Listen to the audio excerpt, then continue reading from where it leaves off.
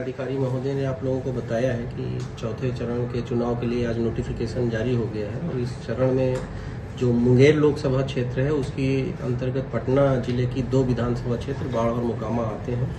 उस संबंध में हम लोगों ने जब से आदर्श आचार संहिता लागू हुई उसके काफ़ी पूर्व से ही चुनाव की तैयारियों को लेकर बिहार पुलिस मुख्यालय के निर्देश में आवश्यक कार्रवाई प्रारंभ कर दी थी।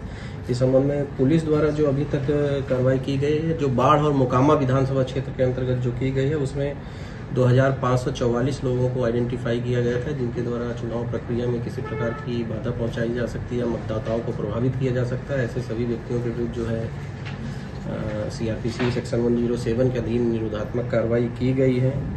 2470 लोगों को जो है उनका नाम गुंडा पंजी में रजिस्टर किया गया, जिसमें अलग अलग अपराध में जो पूर्व में संलिप्त रहे हैं, जिनके विरुद्ध आरोप पत्र समर्पित किया गया। ऐसे लोगों को चिन्हित करके और जिनके द्वारा निर्वाचन प्रक्रिया में किसी प्रकार से विघ्न या बाधा डाला जा सकता है। और हम लोग प्रत्येक रविवार को ऐसे लोगों को थाना पे बुलाकर उनकी जो गतिविधियां रहती हैं उनको सत्यापित करते हैं और उनको लगातार इस बात के लिए निर्देशित किया जाता है कि वो इस प्रकार की गतिविधियों से दूर रहें, जिससे कि चुनाव कार्य या निर्वाचन में या मतदाताओं को किसी प्रकार से प्रभावित किया जा सके। इसके अतिरिक्त जो है 476 लोगों के विरुद्ध हम लोगों ने जो हैबिचुअल ऑफेंडर्स हैं उनके विरुद्ध जो है सर्विलांस प्रोसीडिंग की है, उन पर निगरानी रखी जा रही है।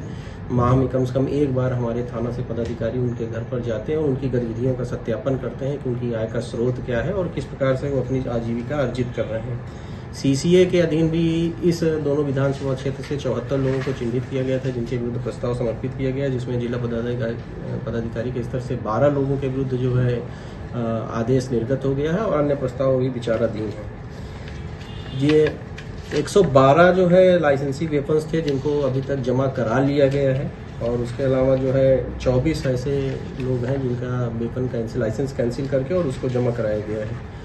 जो लंबित वारंट थे 1160 लोगों को गिरफ्तार करके अभी तक जेल भेजा गया है और अन्य लोगों की गिरफ्तारी के लिए हम लोग लगातार प्रयास कर रहे हैं। इसी क्षेत्र में अब तक जो है 1 अक्टूबर से जब से हम लोगों ने चुनाव को लेकर अभियान चलाया था तब से 64 जो है अवैध हथियार रिकवर किए गए और उसके साथ 243 लाइव कार्ट्रिजेज भी रिकवर किए गए हैं। 232 वाहनों को जब्त किया गया है जो अलग अलग अपराध में या किसी प्रकार से रूल्स के वायलेशंस में थे, वैसे 232 वाहनों को हम लोगों ने जब्त किया गया है।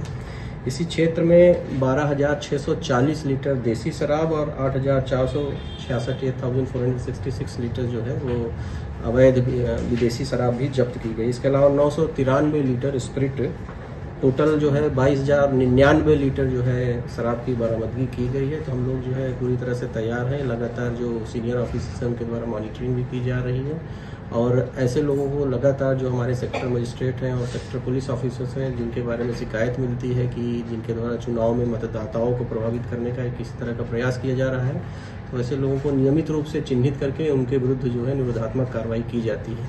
ऐसे लोगों पर निगरानी करने के लिए कि जिनके द्वारा मतदाताओं को प्रभावित किया जा सकता है, जिनकी वजह से, जिनकी एक्टिविटीज़ की वजह से जो है वल्नरेबिलिटी बढ़ती है, भेद्यता बढ़ती है, ऐसे लोगों को लगातार उन पर निगरानी के लिए रखने के लिए सभी थानों में जो एडिशनल SHO हैं उनको नामित किया गया है चुनाव आयोग के दिशा निर्देश के आलोक में और उनको ये जिम्मेदारी दी गई है कि नियमित रूप से क्षेत्र भ्रमण करके ऐसे लोगों पर निगरानी रखेंगे और अगर कोई शिकायत मिलती है तो उनके विरुद्ध जो फर्दर विधि सम्मत कार्रवाई है वो की जाती है। तो इस प्रकार से हम लोग तैयार हैं। जो चौथे चरण में हमारी 2 विधानसभा क्षेत्रों में मुंगेर लोकसभा के अधीन आती हैं और जैसे इसमें आगे भी अगर कोई कार्रवाई हम लोग के स्तर से होगी तो उसके संबंध में आप लोगों को सूचित किया जाएगा। तो संवेदनशील चुनाव का बहुत स्पष्ट निर्देश है कि इसको किसी प्रकार से डाइल्यूट नहीं किया जाना है, इसको मीडिया के साथ शेयर नहीं किया जाना है। लेकिन जो अभी जिला पदाधिकारी महोदय ने बताया है कि जो स्टैंडर्ड एक इलेक्शन कमीशन के डायरेक्शंस हैं उसके आलोक में हम लोग जो है बूथ पर जो हमारा भवन होता है, मतदान भवन होता है, उस पर बलों की प्रतिनियुक्ति करेंगे। उसमें जो क्रिटिकल भवन होते हैं उसमें हम लोग जो है जो वल्नरेबिलिटी के आप पे जो क्रिटिकलिटी होती है उसमें सबसे पहले हम लोग केंद्रीय बलों की प्रतिनियुक्ति करते हैं। उसके बाद जो इंडिया रिजर्व बटालियन से हमारी BSAP की कंपनीज हैं उनको करते हैं।